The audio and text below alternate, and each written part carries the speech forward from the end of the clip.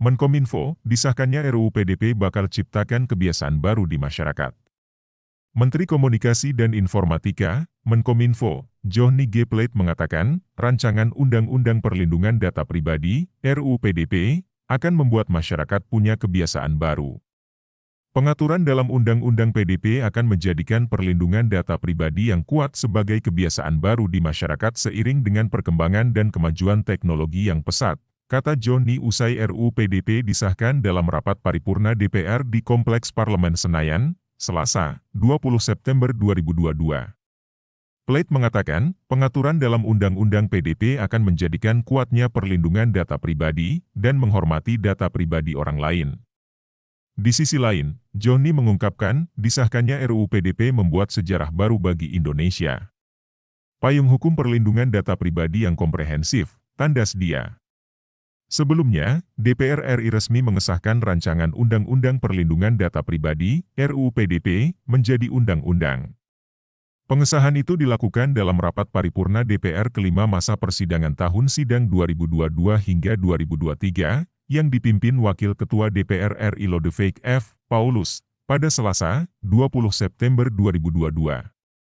Awalnya, Ketua Panja RUU PDP Abdul Haris Almasyari menyampaikan laporan hasil pembahasan RUU PDP yang dilaksanakan di Komisi I DPR RI. Haris menyebut, Komisi I DPR RI telah menyerap aspirasi dari para pakar, akademisi dan LSM untuk mendapat masukan terkait dasar-dasar filosofis, sosiologi dan yuridis terhadap materi muatan yang terdapat dalam RUU Perlindungan Data Pribadi. Selanjutnya Komisi DPR RI mulai pembahasan terhadap RUU Perlindungan Data Pribadi bersama Pemerintah dalam raker yang mulai dilaksanakan 25 Februari 2020 dilanjutkan dengan pembahasan tingkat panja, tim perumus dan tim sinkronisasi, kata Haris di ruang rapat paripurna DPR, Senayan, Jakarta.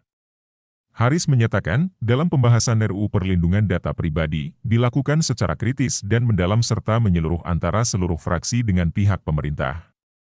Akhirnya pada 7 September 2022 setelah mendengarkan pandangan fraksi-fraksi dan pemerintah, Komisi I bersama pemerintah dalam raker pembicaraan tingkat I untuk pengambilan keputusan tentang RUU Perlindungan Data Pribadi, memutuskan menyetujui RUU Perlindungan Data Pribadi untuk selanjutnya dibahas di tingkat 2 pada rapat paripurna untuk disahkan menjadi undang-undang, ujar Haris. Setelah Haris menyampaikan laporan pembahasan RUU PDP, Lodewijk sebagai pimpinan rapat meminta persetujuan kepada anggota Dewan untuk mengesahkan RUU PDP menjadi undang-undang.